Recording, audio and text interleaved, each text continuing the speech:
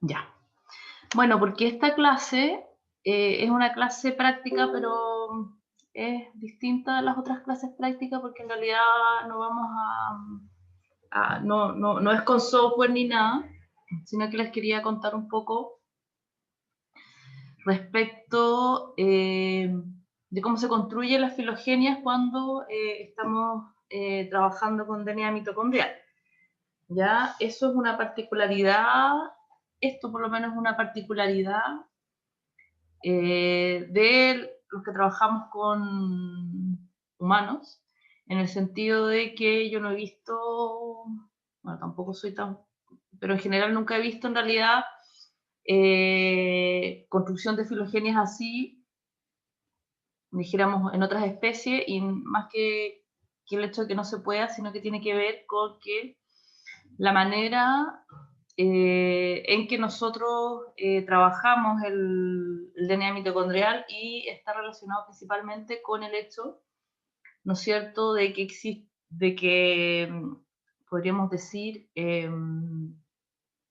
trabajamos a través de los haplogrupos, ¿ya? Y además que está estandarizado, dijéramos, los nombres de los números de los sitios, ¿ya?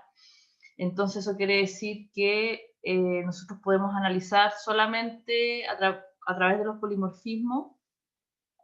Vamos a ver si se ve un poquito mejor ya. Esta es una filogenia, esta es la filogenia, dijéramos, general del, ¿cómo se dice? Del árbol. Eh, Usualmente ya personas fuera de, dijéramos, de que no trabajan con humanos, encuentran que esta manera no corresponde porque esto uno lo hace a mano. Ya no es que haya un programa que nos permita hacer esta filogenia, simplemente es una manera de, en la medida que veamos el PPT les voy a ir explicando cómo se hace. Y en realidad es bastante sencillo el proceso, ya no es un proceso complicado, un proceso un poquito engorroso tal vez, dependiendo de cuántas secuencias tenga uno, pero es un proceso que se hace a mano, ¿ya? Entonces, claro, en el fondo cuando nosotros llamamos filogenia, algo que hacemos a mano, muchas dijéramos,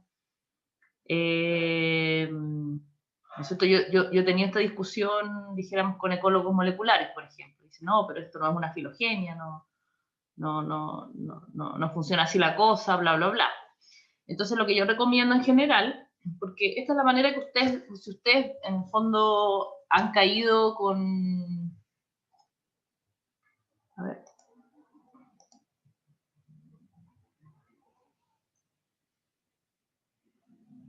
A mano quiere decir que nosotros lo hacemos, cuando uno dice a mano, no quiere, o sea, quiere decir que lo hace uno, ya no necesariamente, sino que uno lo hace, no ocupa un software especial, dijéramos, eso es para, en general, cuando ustedes vean que dice, esto fue hecho a mano, quiere decir que lo hizo uno. En general, por ejemplo, estas filogenias, ¿cómo las construye uno? Es bastante sencillo, uno con un Excel y con un PPT, ¿me entiendes? Pero en el fondo uno va construyendo los clavos en función de los polimorfismos que se comparten.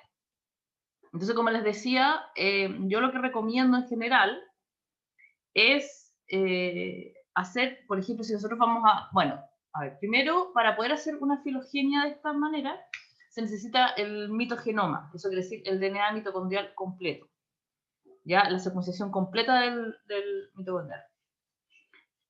No sirve solamente la región control para hacer filogenias, ¿ya? La región control, si bien se ocupa para muchas cosas y nosotros podemos detectar, dijéramos, haplogrupos, obviamente, tiene muchos sitios homoplásicos, ¿ya? Y obviamente falta información, entonces, en el fondo no tiene sentido hacer una filogenia, intentar hacer una filogenia, ¿ya? Pero ahora cada vez es más sencillo poder disponer de o tener acceso a tener secuencias del genoma completo. ¿Ya? El genoma completo son 16.500 y tantas pares de base.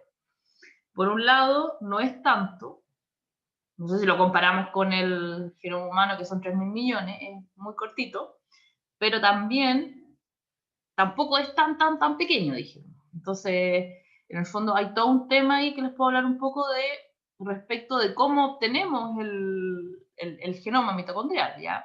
Con el método de Sanger es bastante engorroso, porque si se recuerdan, ¿no es cierto?, el método de Sanger, el problema que tiene, no sé si el problema, pero cómo funciona, ¿no es cierto?, es que en general uno no puede tener, uno tiene fragmentos más grandes de 800 pares de base.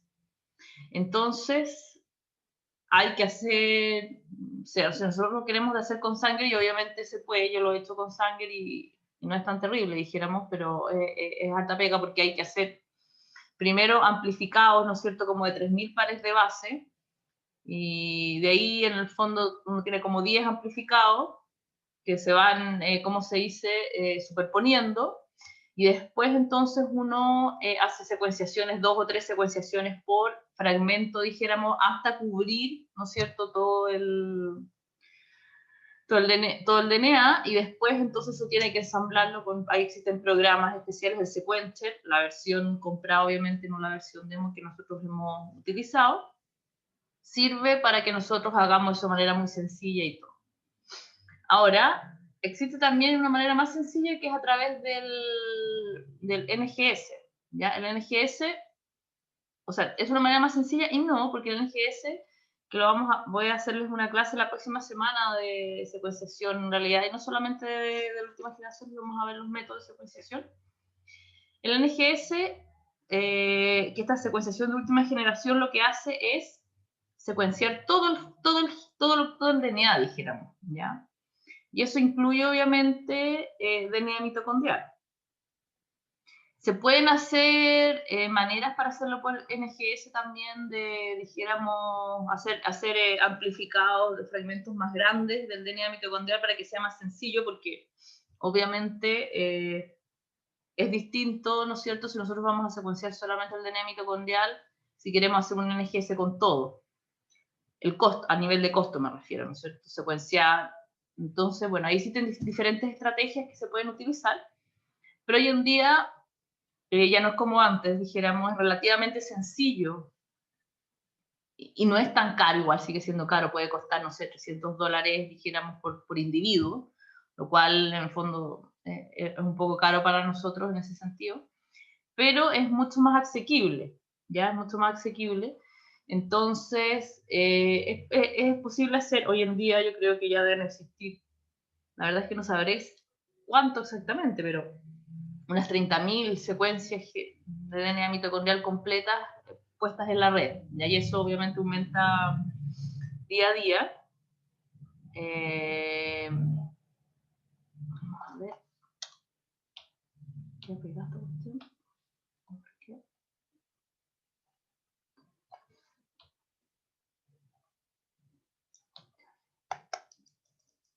Ya, ahí sí. Ya. Entonces, esto obviamente no quita que cuando nosotros hagamos una filogenia a mano, podamos hacer una filogenia con algún método filogenético, con algún software, que puede ser, yo usualmente, a mí me gusta más en general los métodos bayesianos, entonces cuando he tenido que hacer, he hecho con otro software que se llama Mr. Bayes, que es bastante más sencillo de usar, no es como el BIS, es un software específico para hacer filogenia, ¿ya? Y como les digo, es bastante sencillo, en general tiene un comando, ¿no es cierto?, que uno mete y no hay ninguna complicación. Obviamente, eso sí es un análisis filogenético de verdad. Entonces eso quiere decir que nosotros cuando hacemos un análisis filogenético sí tenemos que ponerle outgroup, por ejemplo, ya que es distinto si nosotros hacemos un dendograma neighbor joining en el Omega. Ya yo puedo hacer, por ejemplo, yo tengo, no sé, 50 secuencias ya de una población y quiero hacer la filogenia, y entonces puedo hacer un dendograma neighbor joining, eso no lo van a tomar como un análisis filogenético per se, ¿ya? Los más puristas, obviamente. Y entonces nosotros podemos hacer un análisis filogenético con esto, ¿ya? Y obviamente ahí va a depender de qué secuencias tengamos, cuál va a ser el outgroup correcto que vamos a tener que elegir. A veces se puede poner más de un outgroup, por ejemplo, si nosotros tenemos las 4 secuencias, ¿ya? Estamos trabajando con población americana, entonces tenemos A, B, C o D. Obviamente tenemos que el outgroup correcto es el ancestro común de todas esas secuencias. Y el ancestro común de las 4 secuencias es un L3, ¿ya? Que es un poquito lejano igual, porque nosotros estamos trabajando con secuencias americanas que son más recientes, entonces ahí de repente los saltos pueden ser muy grandes, entonces podríamos poner un M y un N de outgroups, ¿ya? Cuando nosotros hacemos la filogenia a mano, no necesitamos poner un outgroup, obviamente, ¿ya? Porque el outgroup se usa porque cuando nosotros hacemos un análisis cladístico, ya hay que decirle al programa, ¿cómo se dice? Se me olvidó la palabra, pero la dirección del cambio. Ese es el sentido del outgroup en un análisis cladístico, ¿no es cierto? Decirle al programa cuál es el estado ancestral para que pueda ver cuáles son los estados derivados, etcétera, etcétera. Obviamente cuando nosotros hacemos una filogenia a mano no necesitamos eso. Y para hacer esta filogenia nosotros vamos a usar el método de máxima parsimonia, ¿ya? En ese sentido, como les digo, no es que uno aplique un software ni nada, sino tiene que ver en lo teórico, ¿no es cierto? No sé si ustedes han escuchado hablar de la máxima parsimonia, me imagino. ¿Saben bien lo que significa o...? Ya. Bueno, en general la máxima parsimonia, entonces igual para, ¿cómo se dice? Repasar, entonces, ¿no es cierto? Esta línea teórica, ¿no es cierto? Que dice que si nosotros tenemos 2 caminos, vamos a optar por el que tiene menos pasos evolutivos. Esa es la máxima parsimonia. Y, por ejemplo, los métodos filogenéticos que también trabajan con máxima parsimonia, que son como todos, como el PAU, el Mr. Bayes también lo ocupan, ellos hacen eso mismo, en el fondo. Cuando tienen 2 posibilidades, ya van a optar entonces por la que tiene menos pasos evolutivos. No necesariamente la máxima parsimonia va a ser siempre real. Pueden darse casos que a veces, ¿no es cierto?, evolutivamente la realidad haga más pasos evolutivos, ya sé que hay que tener ojo, pero en general esa es la manera que nosotros utilizamos. Entonces, bueno, hoy en día, como les decía, tenemos una gran cantidad de información sobre haplogrupos mitocondriales, ¿ya? En realidad ya está descrito prácticamente todos los haplogrupos están descritos, pero obviamente eso no quiere decir que uno no pueda encontrar linajes nuevos en el sentido de sublinajes específicos, ¿no es cierto?, para ciertas poblaciones. En América hemos encontrado varios. Ya ahora yo también estoy trabajando en uno del norte de Chile, por ejemplo. Entonces todavía podemos seguir encontrando, ¿no es cierto?, subclados que a veces pueden ser bastante antiguos, ¿eh? Un subclado no necesariamente tiene que ser relativamente reciente, a veces pueden tener 10.000 años, y ahí eso va a depender, obviamente, nosotros vamos a poder obtener harta información solamente ya realizando la filogenia. Entonces, dada toda la información que tenemos, es relativamente sencillo, como les decía, construir árboles de esta manera. Bueno, acá les pongo un ejemplo, ya este es un ejemplo de ¿cómo se llama?, de un paper del 2010, y como les digo, este es el resultado final, ya este es el resultado final que nosotros hemos hecho o sea, que los autores hicieron en realidad, en ¿cómo se dice?, PPT, ¿ya? En ese sentido, por eso les digo, existe como uno en el fondo, esto obviamente uno también podría hacerlo a mano en un papel y lápiz, y ahí ya a veces, ahí va a depender de cómo uno le guste trabajar, si de repente le es más sencillo primero realmente hacerlo a mano en una hoja y después construirlo en el PPT o hacerlo directamente en el PPT, eso da lo mismo, ¿ya? Pero si ustedes se fijan, como toda filogenia, todas las filogenias en realidad uno tiene que enraizarlas en algo, ¿ya? Y acá nosotros también lo hacemos. ¿Por qué en el fondo? Porque yo dije que no, pero en el sentido de que las mutaciones, ¿no es cierto?, siempre son en relación a algo. Nosotros, ¿por qué digo ya que tiene el 16093 de mutación? Eso lo tengo. en el fondo, el cambio polimórfico siempre es en función de una comparación con un otro, ¿no es cierto? Si yo no estoy comparando nada, simplemente tengo una secuencia de DNA. Entonces, en el momento que yo comparo con algo, es que yo puedo decir, hay una diferencia con este individuo, entre estos dos individuos, entonces digo, este individuo, tengo que escoger qué individuo yo digo que es, ¿no es cierto?, con el que voy a comparar y cuál va a ser el comparado. Esa es una decisión que la tengo que tomar yo, ¿ya? Bueno, entonces, obviamente entonces nosotros tenemos que hacer esa comparación con un algo. ¿Cuál es el algo con el que se compara, dijéramos? Creo que también ya lo hemos conversado, tuvimos una discusión, no sé qué tanto ahora podemos hablar un poco mejor, que tiene que ver con la secuencia de referencia de Cambridge, ¿no es cierto? Que está acá, ¿no es cierto? Cambridge Reference Sequence, y este R es que es revisada. Y ya les he contado la historia, esta secuencia de referencia de Cambridge es del señor Anderson, ¿ya? Es del señor Anderson, que fue, ¿no es cierto?, un científico, o sea, que es un científico británico, no estoy segura si está más que fue el primero que secuenció, ¿no es cierto?, el DNA mitocondrial completo en 1981, antes de que incluso existiera el PCR, y obviamente secuenció su DNA. Entonces eso quiere decir que esta secuencia de referencia es un individuo que es un H, es un individuo británico, ¿ya? Es un haplogrupo europeo, típico europeo, un H.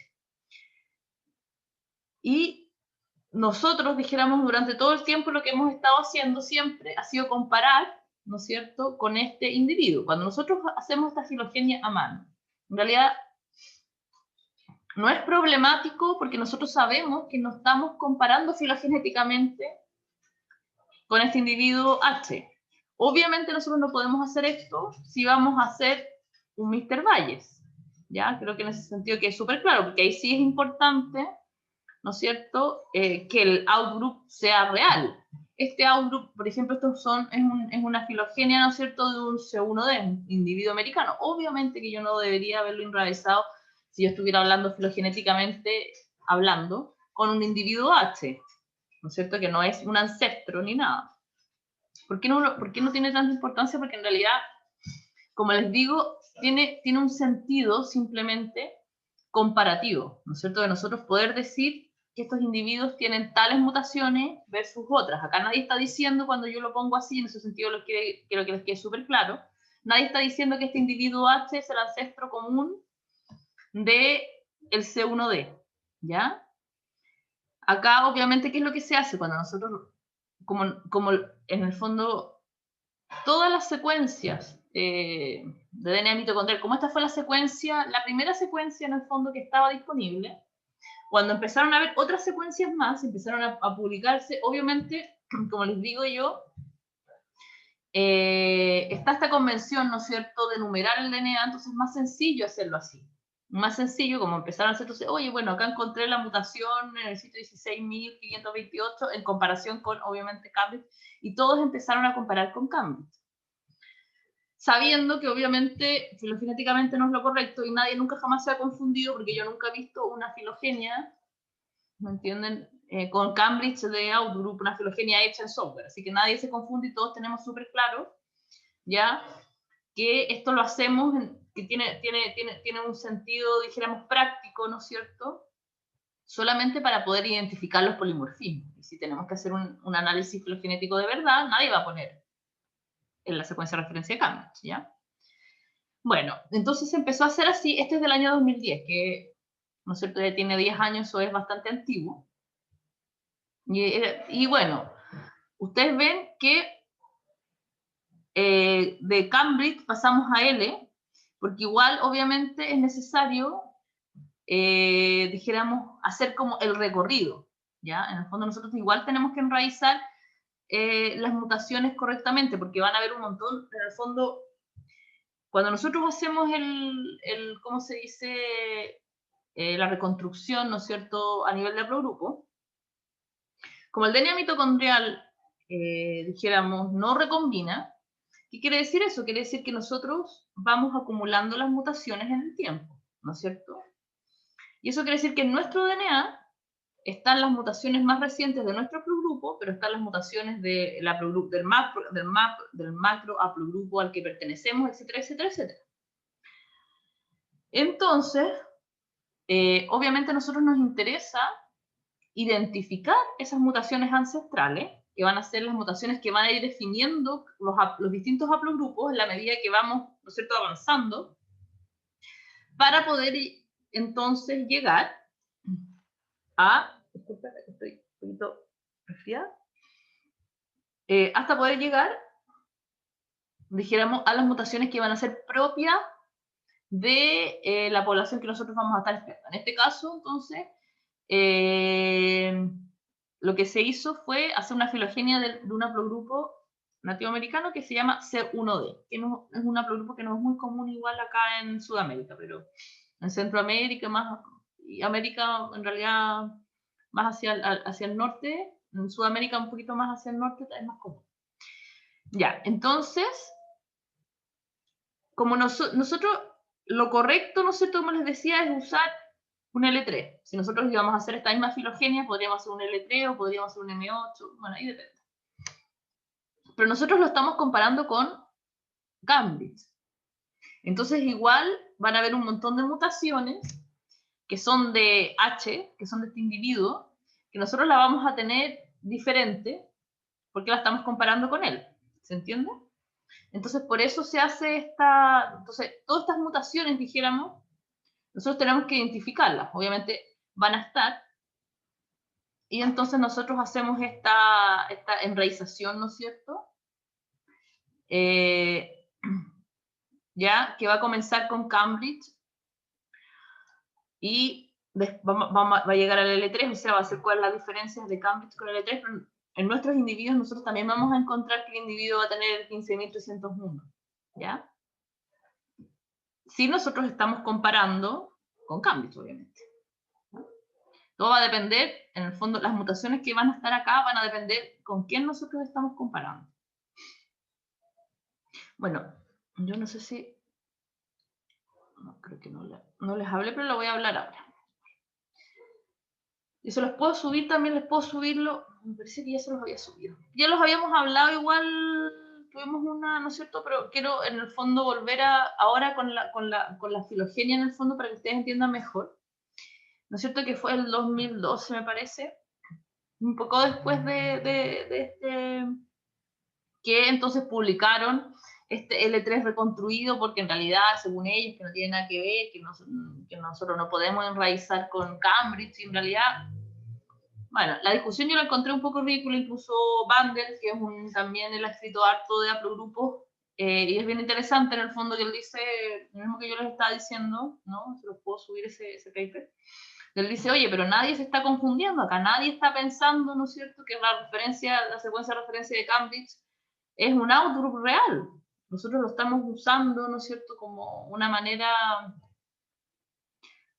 como, ¿no es cierto?, como una cosa comparativa. Nadie se está confundiendo.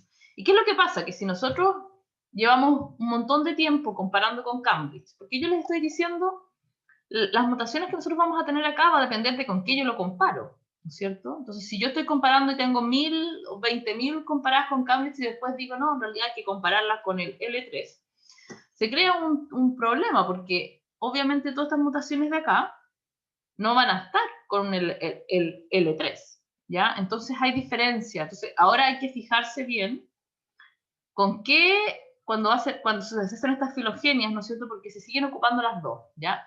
Yo nunca dejé de ocupar, dijéramos, el CRS, porque encuentro que en realidad no tiene sentido, dijéramos, el tema.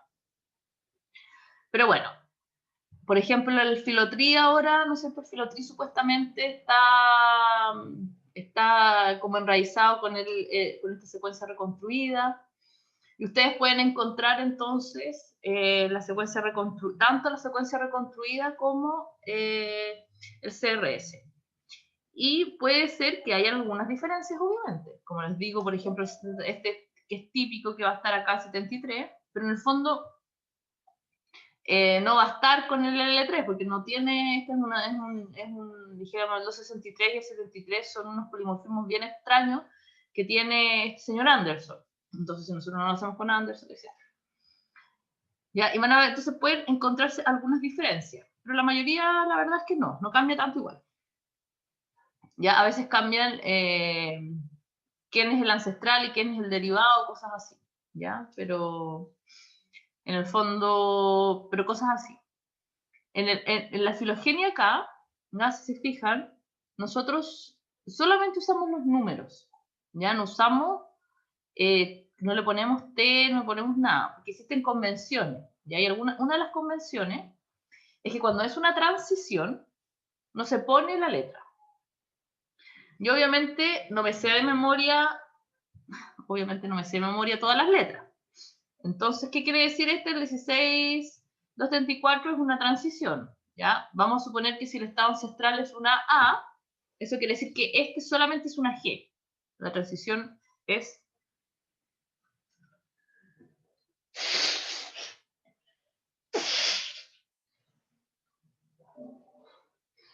Disculpen, ya. La transición ya es solamente es un cambio de una misma purina, entonces si yo tengo una C, es solamente una T, yo sé cuál es, ¿ok?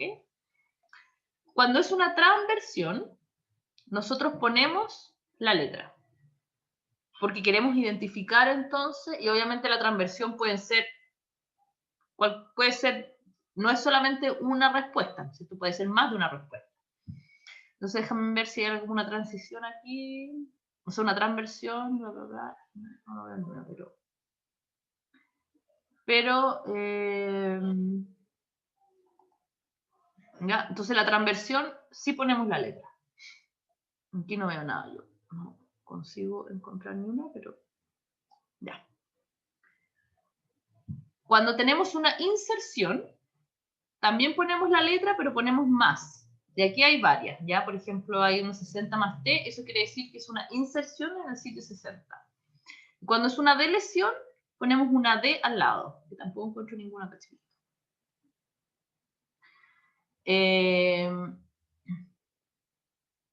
Miren, acá está esta arroba 522, 523D, ¿ya? Aquí hay una... Se fijan que hay algunos polimorfismos que tienen una arroba antes, aquí, por ejemplo. La arroba quiere decir una, ¿cómo se dice? Se me olvidó la palabra, pero es una reversión. Es una reversión. ¿Qué son las reversiones? Las reversiones pueden ser, bueno,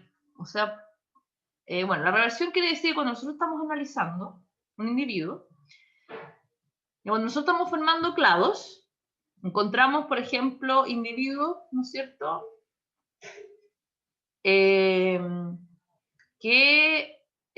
vamos a encontrar, por ejemplo, ya acá, entonces todos los individuos que son C1D van a tener la 16.051 y la 194.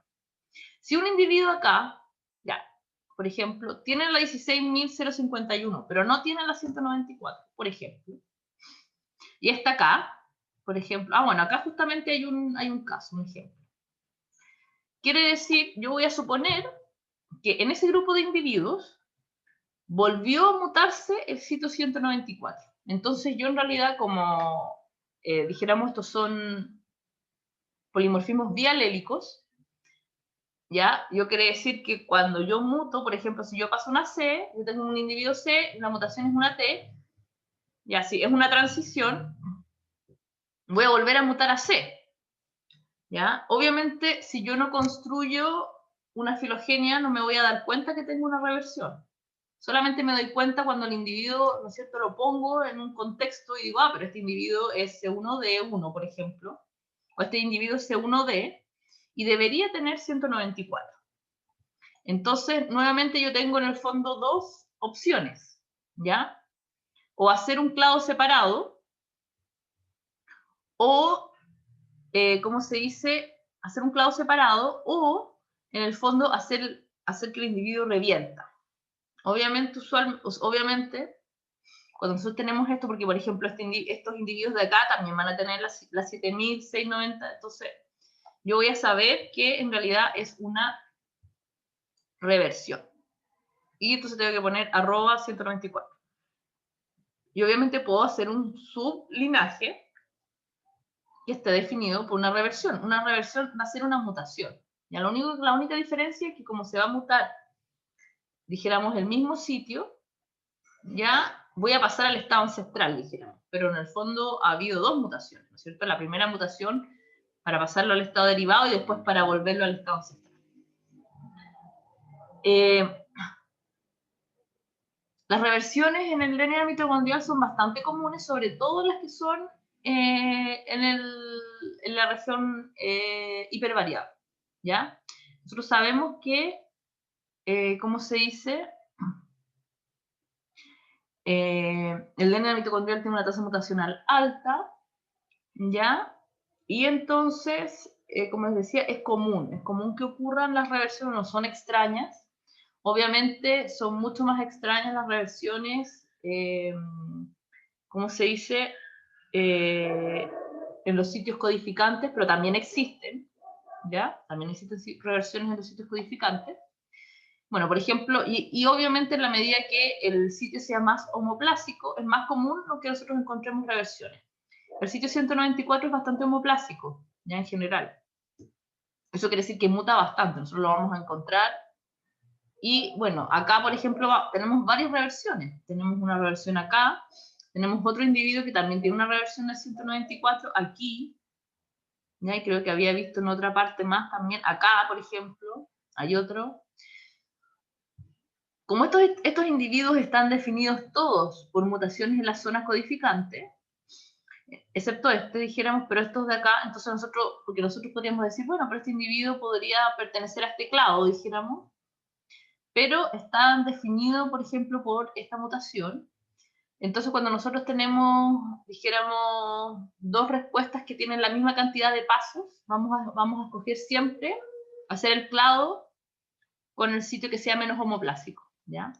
Porque obviamente eso quiere decir que la probabilidad de que ese clado sea real es mayor a hacer un clado, ¿no es cierto?, que esté definido por un sitio homoplásico. Por ejemplo, la probabilidad de este clado.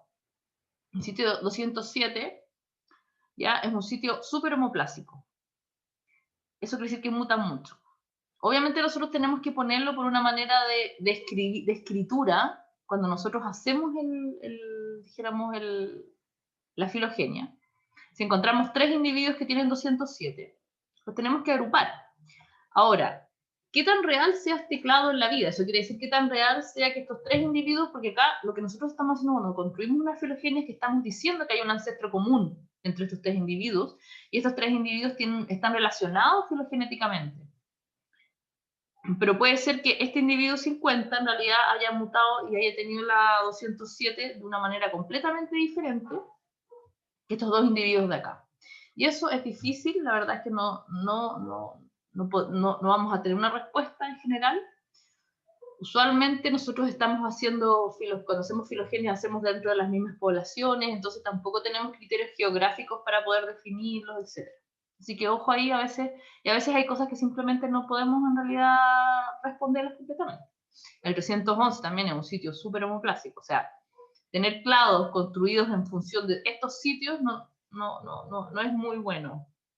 En ese sentido también puede ser bastante interesante comparar lo que nosotros hacemos con la filogenia, por ejemplo, que nos va a entregar el Mr. Valles o el Pau. Ya, porque cuando nosotros hacemos unas filogenias, estos sitios en el fondo son capaces de entregar. Nosotros obviamente no tenemos acá soporte de ramas. Entonces yo no puedo decir qué tan confiable es este sitio, yo simplemente lo pongo. Pero en el Mr. Valles tal vez nos puede aparecer, nos va a decir, ¿sabes que en realidad este clado 207 se da cuenta que es muy homoplásico? Y a lo mejor la confianza de la rama va a ser baja, por ejemplo, etc. Entonces nosotros podemos ahí ir viendo cuál es la topología, ¿no es cierto?, que va a entregar el software versus la topología que nosotros estamos realizando. A mí se puede ser. Lo otro que si se fijan es que, bueno, hay bueno, acá había una transversión, fíjese, hay una A, ¿ya? Este es un sitio con transversión.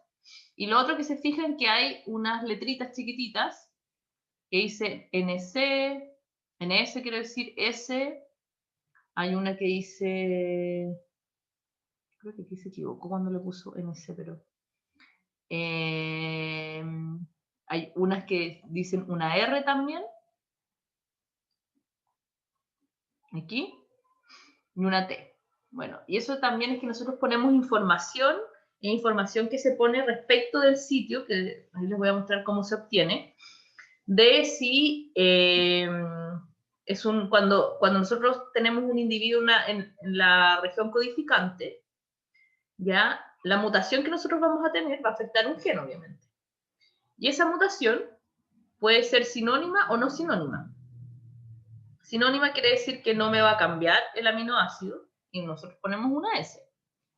No sinónima quiere decir que yo tengo un cambio en el aminoácido y yo pongo una NS. ¿Ya? R quiere decir que esta es una mutación que está en un gen de RNA ribosomal. Y T quiere decir que es una mutación en un G que va a codificar para un tRNA de transferencia. ¿Se acuerdan que habían unos genes ribosomales?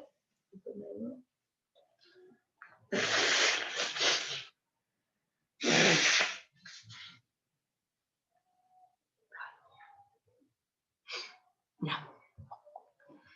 Ya, entonces, eso, ¿ya? Y entonces es una información que nosotros vamos a ir poniendo. Pero lo primero que tenemos que hacer, obviamente, es construir nuestro árbol. Bueno, ya. Una cosa que se puede hacer también es calcular la edad. ¿Ya? Existen distintas maneras. Eso es algo que a nosotros nos interesa mucho en general cuando hacemos estos análisis. ¿Qué tan viejo es este clado? ¿Es un clado muy viejo, un clado joven, etcétera, etcétera? Y existe una manera bastante sencilla, ya, para calcular lo que es a través de un estadístico RAW. Porque, ¿se acuerdan que el reloj molecular, no es cierto, que es lo que nos dice? Nos dice que las mutaciones se van produciendo a tasa constante a lo largo del tiempo. Entonces, si yo tengo una cantidad X de mutaciones, eso quiere decir que yo necesito una cantidad X de tiempo para poder acumular todas esas mutaciones que yo veo en el árbol. Entonces, usando eso, en el fondo, una simple división, ¿no es cierto?, o el promedio de las mutaciones que yo tengo, yo puedo calcular la edad. Se hace con este estadístico que se llama RAW, ¿ya? Que en el fondo se cuentan todas las mutaciones y se divide por el número de individuos de las muestras, ¿ya? Es bastante sencillo hacer el cálculo. Sin embargo, en general no se toman en cuenta ciertas mutaciones, ya que son obviamente yo necesito, las mutaciones homoplásicas, que es lo que van a hacer dentro de las cosas, me van a sobreestimar el tiempo del árbol, ¿ya? Porque yo le estoy poniendo, ¿no es cierto?, estoy agregando, bueno, entonces hay ciertas mutaciones que son muy inestables, que mutan mucho, que es preferible no ponerlas, porque pueden aparecer, después, bla, bla, bla, desaparecer, aparecer, desaparecer, ¿ya? Y me van a sobreestimar la edad. Entonces hay ciertas mutaciones que no se usan, por ejemplo, para el RAW, o podrían usarse. Eso va a depender harto del criterio del propio investigador, ¿ya? Bueno, en el año 2009, Soares y colaboradores, entonces, como que analizaron este método de RAW, ¿ya? Y generaron una planilla para que uno pudiera, en el fondo, hacer dijéramos esta planilla. Yo se las puedo subir por internet también, o sea, se las puedo subir por un curso. Entonces se hace el cálculo, dijéramos, del RAW, y se pone acá y nos va a dar una edad. Y también podemos obtener un límite más o menos a través del error estándar con esta formulita que tenemos acá. Me lo voy a explicar acá. Que para calcular el RAW hay una cosa que se hace, porque yo podría en el fondo agarrar mi Excel y sumar todas las mutaciones que yo encuentre y dividirlo. Y se podría hacer el RAW. Sin embargo, al hacer eso yo pierdo la estructura filogenética de los clados, ¿ya? Entonces, una cosa que uno hace cuando uno va a calcular los RO, porque a nosotros nos interesa mantener, en vez de, yo lo que voy a hacer es multiplicar, por ejemplo, esta mutación por todos los individuos que hay acá, y después voy a ir metiéndome este clado y voy a multiplicar 1 por 5, después este van a ser 3 por 4, y así sucesivamente hasta que llego y después agrego 1 por 1, 2, 3, 4, 5, 6, 7, 8, ¿ya? Esa es la manera que tiene uno de hacer estos cálculos. O sea, ese cálculo en rosa se llama, no puede ser en el Excel, etc. Y después esto, la única diferencia, porque el cálculo de ρ es L por N, ¿ya? Y la diferencia del cálculo de varianza es que yo lo elevo al cuadrado, ¿ya? Y bueno, obviamente es la raíz, entonces yo tengo que sacar la raíz cuadrada de este valor, ¿no es cierto?, de este valor de varianza, y ese es el que yo pongo acá de standard error, y me va a quedar entonces una cosa así, ¿no es cierto? Está calculado con esta, dijéramos, con esta metodología, entonces yo le pongo 18.7 más menos 1.4, ya que lo obtuvo de esta manera. Obviamente, es una manera muy sencilla. Disculpen.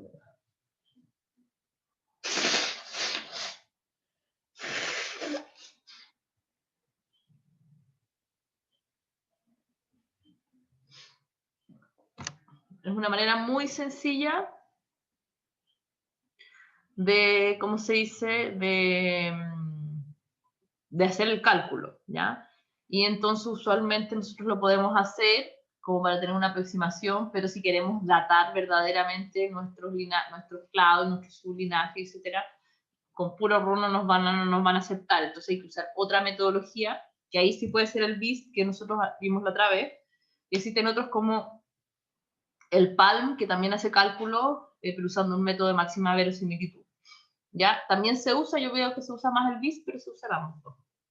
Y eso obviamente es más complejo y usualmente uno puede poner una tabla y hacer comparaciones, etcétera, porque en general el RO tiende a sobreestimar, sin embargo, nosotros podemos hacer comparaciones, ¿no es cierto?, de diferentes linajes y todo, si hacemos el cálculo de la misma manera, nosotros podemos ver entonces, oye, este linaje es antiguo, ¿no es cierto?, porque yo veo que este de acá tiene esta edad calculada con RO y acá tiene 5.000 años más, etcétera. ¿Ya? Bueno, y entonces, ¿cómo vamos a hacer la construcción de la filogenia a mano? Primero, tenemos que construir una base de datos en Excel que contenga todos los sitios polimórficos encontrados para cada individuo. Vamos a detectar primero los polimorfismos ancestrales a los grupos a reconstruir, que formarán la base de la filogenia, que es esta de acá. Esto. Nosotros lo primero, entonces, tenemos que identificar todos estos polimorfismos. ¿Ya? Podemos ponerle algún color distinto, etc. Identificar entonces, en función de eso, identificamos los polimorfismos nuevos, que es lo que nos interesa, porque esos son los que vamos a usar para construir nuestra filogenia. Y vamos a agrupar la secuencia en función con los sitios que comparten. Entonces ahí tenemos que ir identificando y de repente vamos a ver y vamos a decir, bueno, hay, no sé, 5 individuos que comparten el sitio 6187, por ejemplo, que obviamente no es un sitio, ya verifiqué que no es un sitio, ¿no es cierto?, ancestral a este individuo. Y entonces los pongo todos juntos. Y veo si esos individuos además comparten dentro, por ejemplo, puedo encontrar otros individuos que comparten, 3 de esos individuos que comparten, no sé, la mutación 3000 y algo. Y así los voy agrupando. Ya voy agrupando todos los individuos que yo encuentro que comparten, ¿ya? Entonces, de esta manera yo voy a identificar las mutaciones que definen los clados, que van a dar origen a las ramas. Y yo, en el fondo, tengo mi Excel y por otro lado tengo mi PPT, o puede ser a mano si quieren también. Y entonces voy agregando ramas, ¿ya? En función que... y ahí voy agregando las ramas, ¿no es cierto? Voy agregando las ramas. Bueno, esta es... este es un ejercicio, ¿no es cierto?,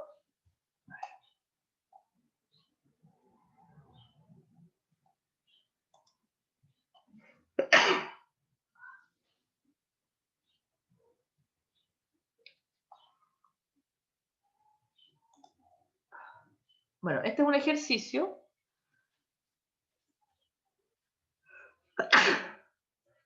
Estoy muy resfriado, muy pesado.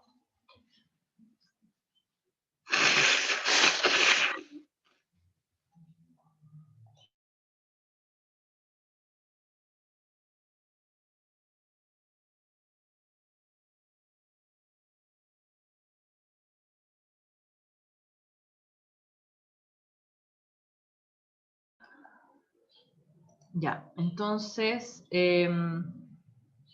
acá yo entonces puse todos los individuos y se fijan que en la parte de arriba puse entonces, porque estos son todos individuos B, ¿ya? Puse entonces todas las mutaciones que van a definir al B2. O sea, todos estos individuos van a ser B2. Que son las mutaciones ancestrales. Acá van a haber mutaciones, como yo lo estoy haciendo contra el CRBS, van a haber mutaciones ancestrales del L3 y también de Cambridge. Entonces, pues yo tengo que ir mirando cada individuo y ver si yo encuentro, ¿no es cierto?, mutaciones distintas, que no están. Entonces, por ejemplo, acá miro y digo, este individuo tiene la 470. No está. No sé, la puedo colorear de rojo. Acá veo que todos los individuos que tengo yo, todos tienen 470. Eso quiere decir que todos estos individuos tienen un clavo, ¿ya?, que es el 470. Acá voy a mirar. Por ejemplo, este no tiene nada, estos tienen 207. Solamente, bueno, el 309 y el 315, estas son, que ya las habíamos hablado también, son mutaciones inestables. El 315 no es una mutación inestable, pero es una inserción, ¿no es cierto?, o una deleción en este caso, que tiene Cambridge, el señor Cambridge. Entonces todas las secuencias que no son Cambridge tienen este 315. Entonces en realidad no tiene ningún sentido porque, ¿no es cierto?, obviamente todos tienen. Bueno, está puesto acá. El 309, como les digo, como es un sitio inestable y hay individuos que tienen más, tienen una C o más o 12, no se usa para construir filogenia, ¿ya? Obviamente, los sitios inestables no se usan para construir filogenia, porque acá la diferencia de esta C con esta no tiene que ver con no hay un individuo, no hay una razón filogenética o ancestral para que tengan esas diferencias, sino simplemente es un error de la polimerasa. Entonces acá empiezo a encontrar ya, estos individuos tienen 207, todos tienen, entonces ya, todos estos tienen 207, entonces quiere decir que yo voy a tener un clado, este no, por ejemplo. Voy a tener un clado, voy a tener que hacer un clado con 207, ¿ya? Etcétera. Bueno, acá voy a tener individuos que tienen 153, por ejemplo, y acá voy a tener un individuo que no tiene 207, ¿ya? Entonces,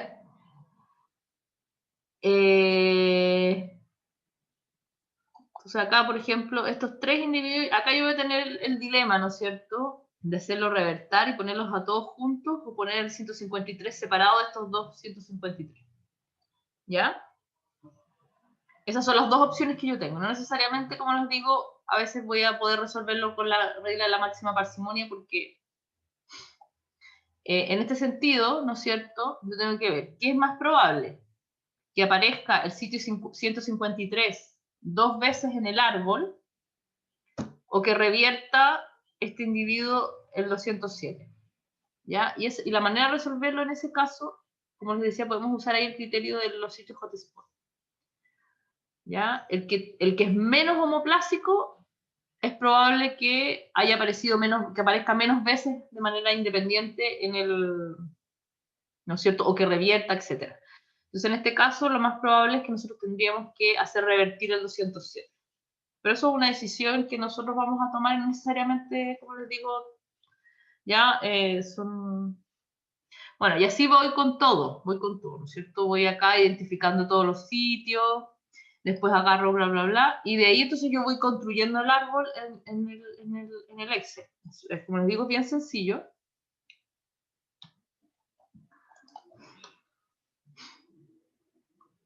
Y bueno, esta es la filogenia construida ya con esa secuencia. De esta manera, ¿ya? Entonces yo agarro el Excel y después, bueno, acá yo encontré dos individuos, dijéramos, que que eran, ¿cómo se dice? Brasileños, ¿ya? Esto es haciendo una búsqueda, porque nosotros podemos tener nuestros individuos, pero podemos buscar si en la red nosotros encontramos más individuos, por ejemplo, que tengan la mutación. Necesito una manera bastante sencilla de hacerlo. Y creo que ahora por ejemplo, entonces, ya yo puedo verificar este 672 qué individuos tienen, obviamente, la mutación 6272, por ejemplo, que me va a definir este clado. Si yo encuentro un individuo que, todos estos son B2, obviamente si yo encuentro un individuo M, obviamente me doy cuenta que no tiene nada que ver, no se trata que voy a poner todos los individuos que tienen 672, sino los individuos que pueden estar relacionados filogenéticamente. Si yo encuentro un B de Papúa que tiene 672, tampoco, ¿no es cierto? Son unos individuos brasileños, ahí sí puede ser.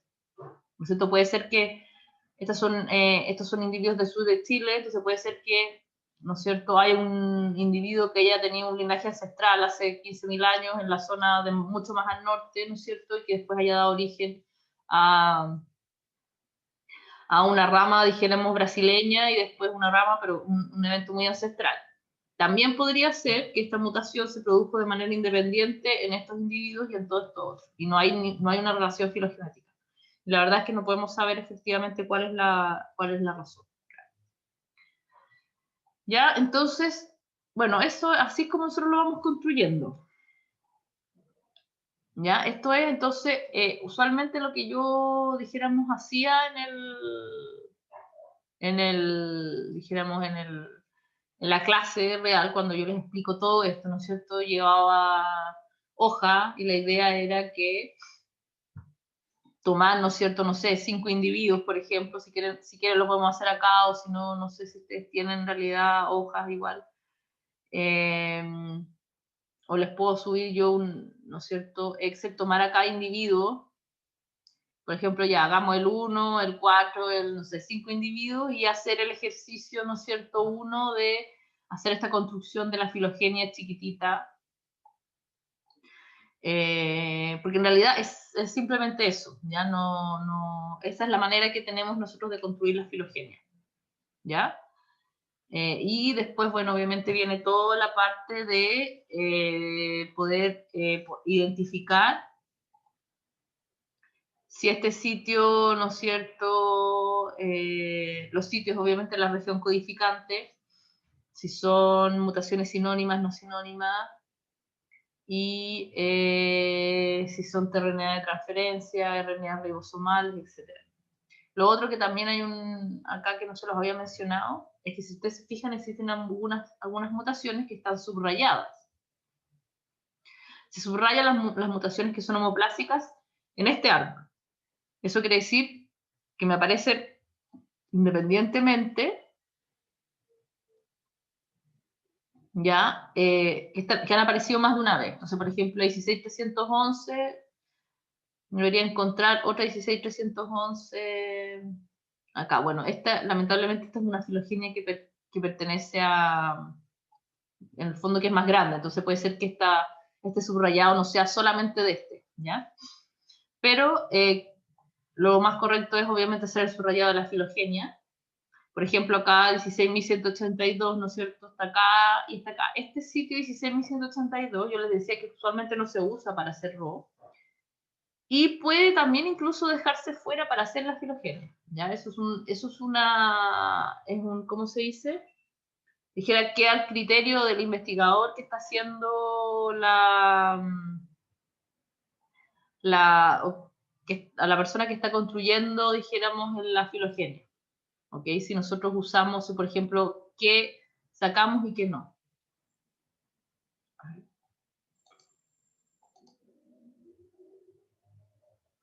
No. Lo de subrayar, sí. Sí, me parece que sí, es estándar en todos los papers. Pero obviamente, ojo, que no es que se subraye solo, o sea, se subrayan los sitios homoplásicos que aparecen repetidos en esta, no es que se subrayen en sí los sitios homoplásicos, ¿ya? Puedo yo tener un sitio súper homoplásico, no sé, el 16.519 me apareció una pura vez, obviamente. Es solamente, o sea, acá lo que nosotros hacemos, cuando tenemos en el fondo para poder hacer esto, En el mismo PPT, ¿no es cierto?, nosotros vamos buscando, ¿ya? Nosotros vamos buscando y vamos a ponerle buscar, por ejemplo, ya, y lo tengo que hacer con todo. 16.278. Y ahí en el mismo Excel me va a aparecer 2 veces y puedo ver en el fondo, entonces tengo que subrayar, y lo subrayo ambos, ¿ya? Y así voy, entonces voy subrayando los que son homoplásicos para, obviamente, esta filogenia, ¿ya? Yo les decía que en esta filogenia, esta que yo estoy construí está con otro individuo, es una filogenia más grande, entonces por eso puede ser que hayan individuos que están subrayados acá, pero si uno busca, en realidad no lo vamos a encontrar 2 veces, ¿ok?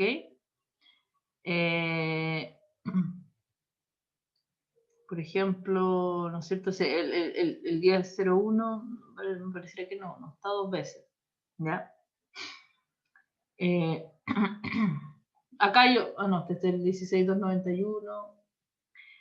Bien, acá esto yo lo hice así, en realidad porque esto yo lo hice hace harto, esto es una cosa que hice yo para mi tesis de doctorado hace harto tiempo. Entonces yo estaba, ¿cómo se dice?, construyendo filogenias B y C.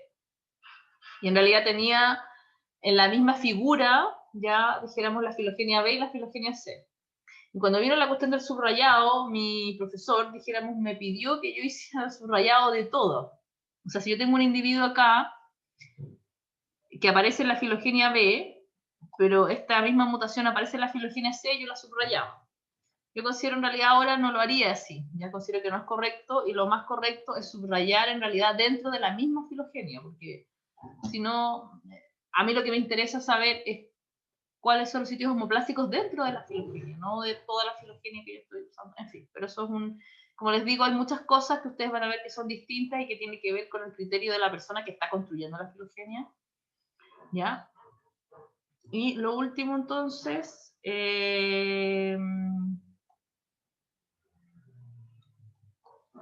tiene que ver con, a ver,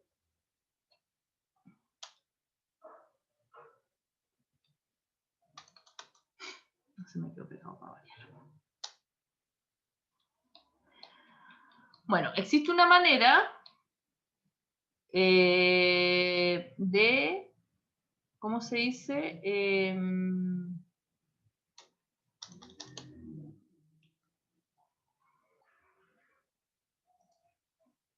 eso no? Me quedó pegado, ahí sí, ya. Igual quería sacarlo acá. Ya, existe una manera, existe una página que nosotros la hemos mencionado, ya, que es la del MitoMap, que se los voy a poner ahora.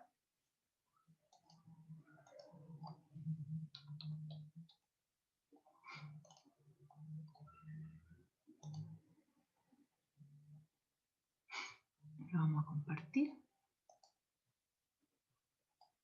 Ya. Bueno, esta es la página del MitoMap, que es una página bien interesante que tiene dos cosas que son bien relevantes y que nos pueden servir, que ustedes me imagino que ya la han usado, ¿no es cierto? Uno era el MitoMaster, ya, el MitoMaster, que no lo vamos a ocupar ahora, pero que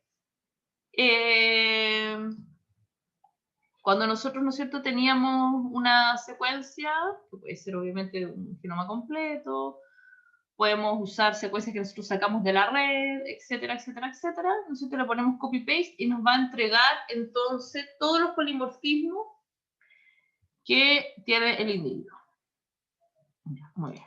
Lo que sí vamos a usar ahora acá es el allele search. ¿Vale? Y lo podemos usar para dos cosas. El allele search nos sirve para buscar dentro de las bases de datos, porque como yo les decía, una cosa que nosotros tenemos que hacer cuando estamos construyendo filogenia es revisar qué es lo que está disponible en la red. Entonces, por ejemplo, yo les iba a hacer el ejemplo de esta misma filogenia que yo estaba estudiando, ¿no es cierto?, que estaba definida por el sitio 6272. Entonces vamos a poner acá 6272. 6272, porque yo quiero solamente que me busque ese puro sitio.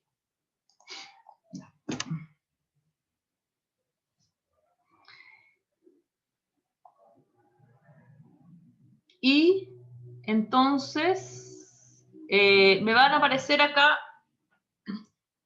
Bueno, yo sé que este individuo, al decir 6272, estoy diciendo que es una transición, porque el individuo que yo tengo ahí no está marcado con una... Entonces acá tengo dos mutaciones posibles. Una que es la transición, que es la de A a G, y otra que es una transversión también, que es de una A a una T. Estoy buscando estos de acá. Bueno, si ustedes se fijan acá, me va a dar una serie de información que yo puedo usar para el mitomap. De partida acá me dice cambio de aminoácido. No hay cambio de aminoácido. Eso quiero decir, esto es la G, debe ser glutamina. Glutamina. De glutamina pasa a glutamina. Entonces, yo le pongo S porque no hay cambio de aminoácido. Ya cuando acá me va a decir, entonces acá yo voy a poder saber si es una S o una NS, ya no sinónimo. Eso por un lado. Acá me entrega otra información, que en general, por ejemplo, para mí, yo no lo ocupo mucho, que no es muy relevante a veces, pero en este caso no. Pero a veces tenemos, ahí, ¿cómo se dice? Obviamente este es un cambio sinónimo, entonces no puede estar asociado a una enfermedad. Pero hay veces que hay algunas mutaciones no sinónimas que pueden estar descritas en algunas enfermedades, etc. Y eso también va a aparecer acá. Entonces puede aparecer esa información. Y aquí me va a aparecer entonces todos los individuos dentro de esta base de datos que tienen esta mutación.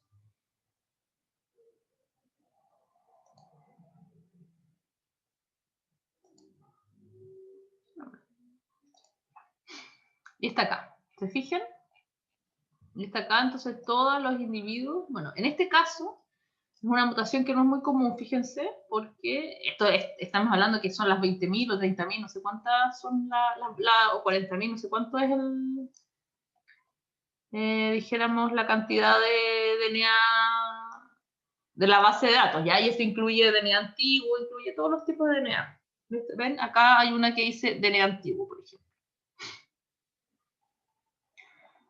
Veamos quién es este individuo de DNA antiguo. Bueno, este individuo de DNA antiguo es un H1A, que no tiene nada que ver con mi individuo B2. ¿Se fijan? Ya. Entonces acá yo voy a ver... y acá, bueno, está como B2I. Hay muchos individuos que son B2I. Yo tengo que ver, bueno, está obviamente... Estos son los mismos individuos míos, pero puedo yo... Bueno, acá ustedes se van a dar cuenta que hay L, hay H. Acá hay otros individuos B2I, digamos. Y bueno, yo cliqueo acá, ¿no es cierto? Y me va a aparecer el genoma completo de, estos son los individuos brasileños que yo les digo que yo detecté.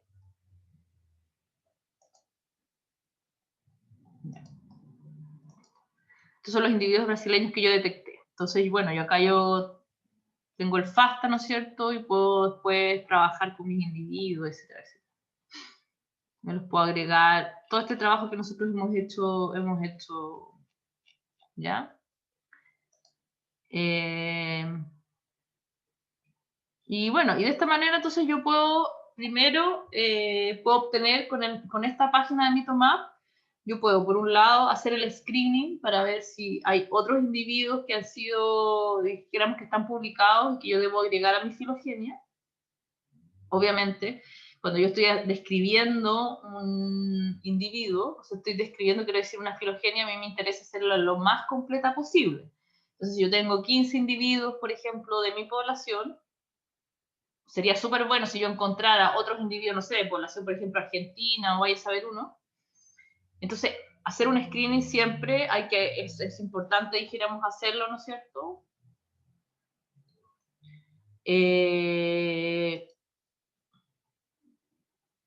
Porque obviamente a nosotros nos interesa, como se dice, nos interesa tener todos los individuos posibles, ¿ya? Y por otro lado también vamos a obtener la información respecto a nuestras mutaciones para poner, para terminar nuestro PPT, etc. Bueno, eso es como les digo el práctico, ¿ya? No sé lo que les quería contar de cómo se hace la filogenia. Si quieren, ustedes pueden, ¿no es cierto? Después hacer el ejercicio, ustedes de hacer el ejercicio, ¿no es cierto? De tomar al azar, ¿no es cierto? No sé, 5 individuos y ¿ya? Ir haciéndolo. En general, eso se puede hacer, como les digo, en una hoja de papel, donde son pocos individuos, o en un PPT, ¿ya? Y eso. No sé si tienen alguna pregunta al respecto. ¿Les quedó claro? ¿Muy confuso?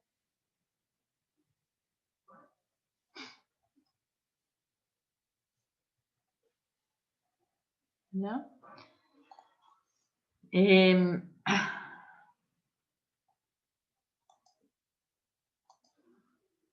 Ya, súper. Bueno, porque esa es ya, entonces a mí en realidad me interesa hacer no siempre al final hago este práctico, ya, porque a veces cuando